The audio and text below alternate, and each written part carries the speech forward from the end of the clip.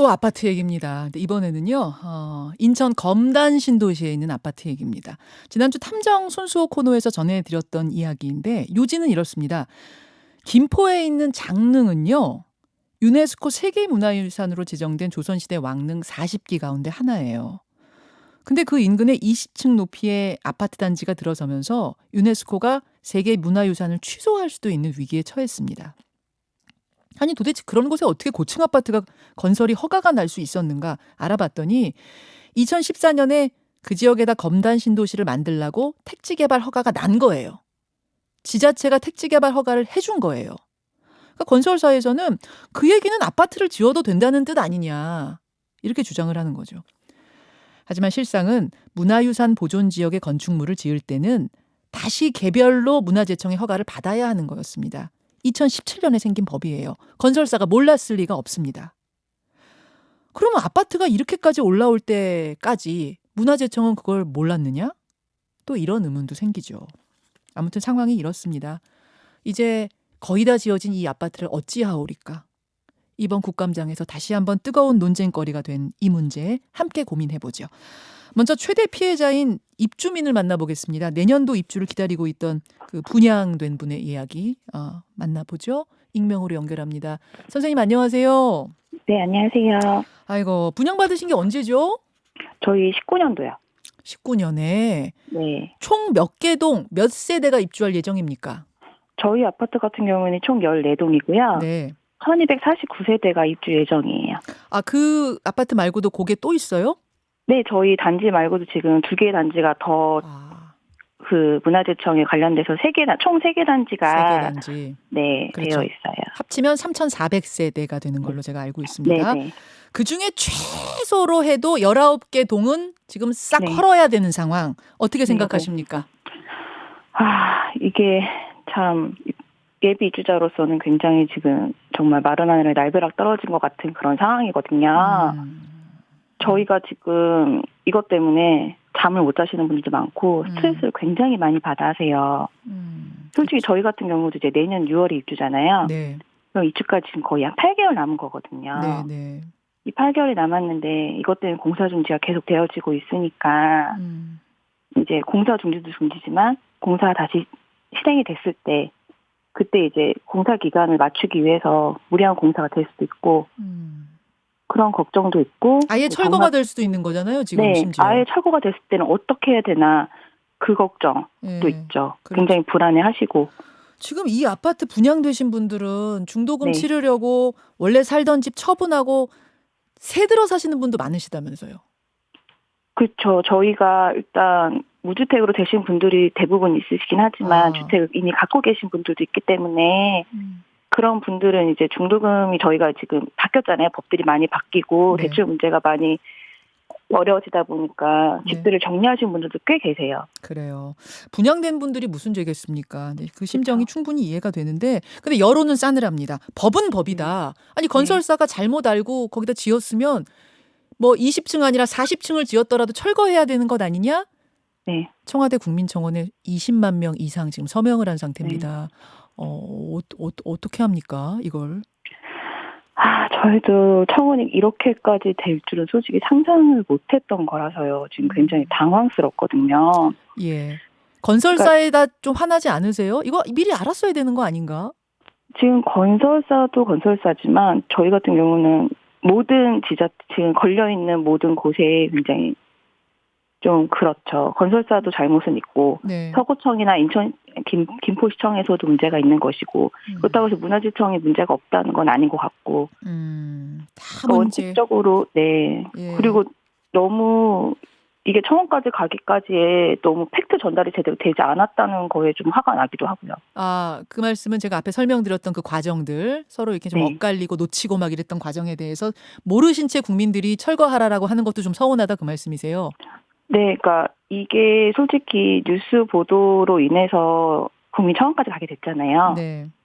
근데 솔직히 저희 입주민 예정자들은 이 상황이 왜 이렇게까지 가야 되는지 우리가 무슨 저희가 잘못한 것 마냥 지금 계속 이야기가 나오고 있으니까. 뭐 주민들이 잘못하신 건 전혀 아니죠. 주민 잘못은 아닌 것 같고 건설사가 철거를 하고 대신 입주민들에게 입주 예정자들에게 보상을 해주는 요 안에 대해서는 어떻게 생각하세요?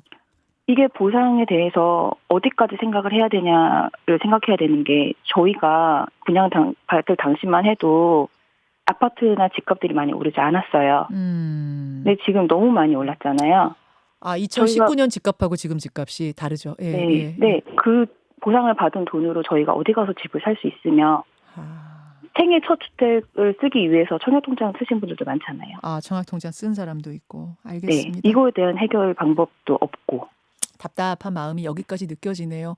자, 저희도 관심 있게 지켜보겠습니다. 오늘 고맙습니다. 네, 감사합니다. 예, 검단신도시 그 문제가 된 아파트의 입주 예정자 분의 이야기를 먼저 들어봤습니다. 어떻게 해야 될까요? 이런 경우에는 경기대학교 건축대학원 안창모 교수 이어서 연결을 해보죠. 안 교수님 안녕하세요. 네, 안녕하세요. 아니 지금 말씀 들어보니까 입주 예정자한테는 날벼락 같은 얘기고 그렇다고 네. 이대로 두면은 문화재 세계 문화유산 지정이 취소될 수도 있는 상황이고 취소된다고 하면 그게 여기 장릉만 취소되는 게 아니라 우리나라의 40기가 한꺼번에 취소되는 거라면서요? 그렇죠. 이게 연계 유산이기 때문에 예. 하나만 되는 것은 아니라서 전체가 영향을 받게 됩니다. 하나만 문제가 생겨도 전체가 다 취소되는 이런 상황 어떻게 해야 된다고 보십니까? 그리고 문제는 어디서 발생한 겁니까? 문제는 기본적으로 건설회사가 이것이 지켜야 될 문화재 주변에서의 건축 행위에 관한 법적 절차를 지키지 않은 게 일단 문제의 시작이죠. 근데 그리고 건설회사는 그런 네. 얘기를 하더라고요. 2014년에 검단 지역에다가 신도시 개발해라라고 택지 허가 낼 때는 아파트 네. 지을 거 생각 못했냐? 요 얘기 하나 하고 그다음에 네. 2019년에 실제로 이제 시행이 들어갔을 때 인천 네. 서구청에서 지어도 된다고 우리 허가 받았다? 이 얘기를 하더라고요.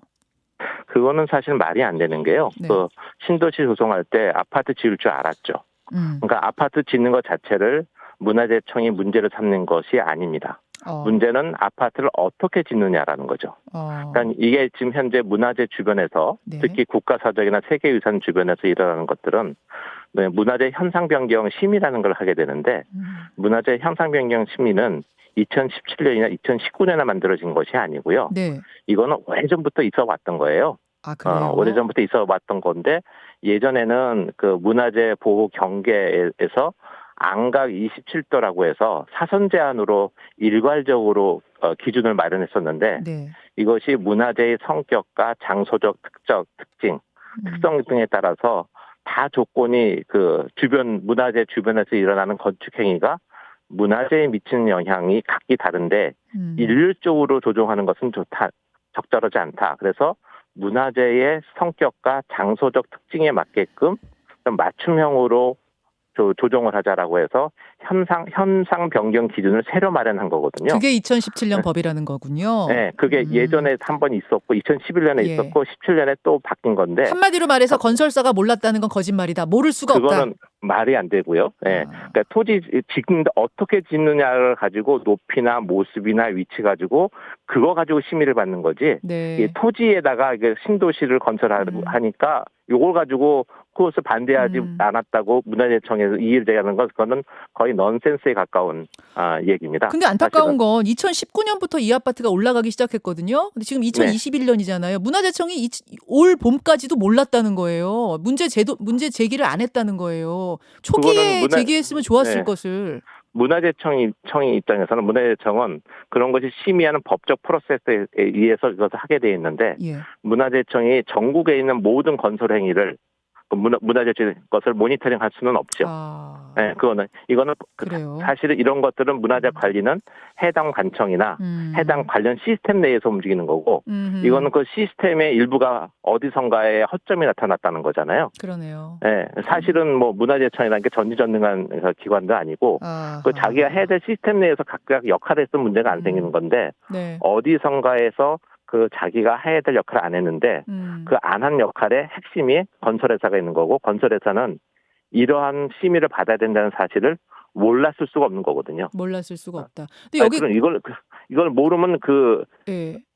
모르고 이 사업을 한다는 게 구조적으로 불가능해요. 왜냐하면 나중에 허가 받을 때 김포시에서 관련된 문건에서 보면은 관련돼서 착수계를 내기 전에 심의를 받으라고 하는 안내까지 이미 받은 적이 있고.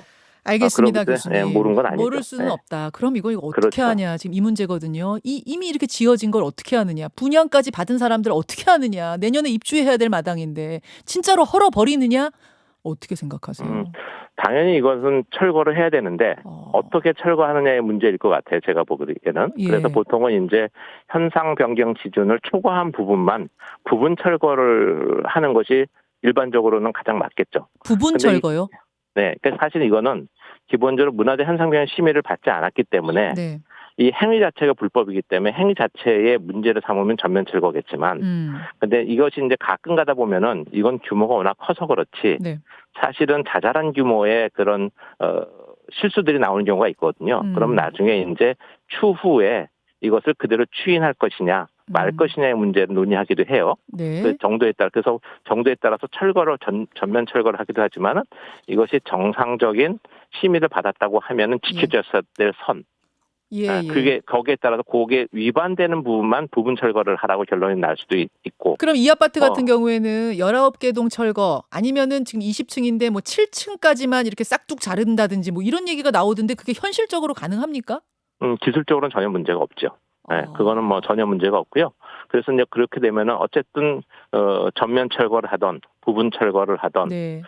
또는 또 다른 재산의 방법이 있던지 간에 그 입주하기로 했던 분한테는 손해가 갈 텐데 그 부분은 기본적으로 건설사와 입주자 간에 이제 분쟁이니까 그쪽에서 해결을 해야겠죠. 건설사가 책임지고.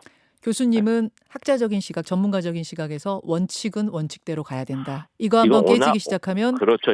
그럼요. 워낙에 큰 문제고 이것이 잘못 정리가 되면은 이런 문제는 항상 있고 항상 문화재 보호법을 갖다가 이렇게 넘어서서 자기 이익을 취하려는 그런 사람들은 굉장히 많거든요. 많아요. 이런 사례가 많아요. 네, 굉장히 많아서 그것을 제어하기 위해서 네. 문화재 보호법을 좀 더 정교하게 만들어가는 거거든요. 근데 알겠습니다. 사실은 예전에는 굉장히 엄격하게 일률적으로 했다가 이것이 그런 문제 생기니까 맞춤형으로 점점 더 완화하기도 하고 부분적으로는 합리적으로 개선하는 쪽으로 계속 오고 있는 과정에서 이 문제가 생긴 거죠. 여기까지 말씀 듣겠습니다. 안 교수님 고맙습니다. 네, 감사합니다. 경기대학교 안창모 교수였습니다. 김현정의 뉴스쇼는 청취자 여러분의 참여로 이루어집니다. 트위터, 페이스북, 레인보우 게시판, 그리고 단문 50원, 장문 100원의 유료 문자 샵 1212, 우물정 1212 통해 참여하실 수 있습니다. 김현정의 뉴스쇼, 여러분과 함께 만듭니다.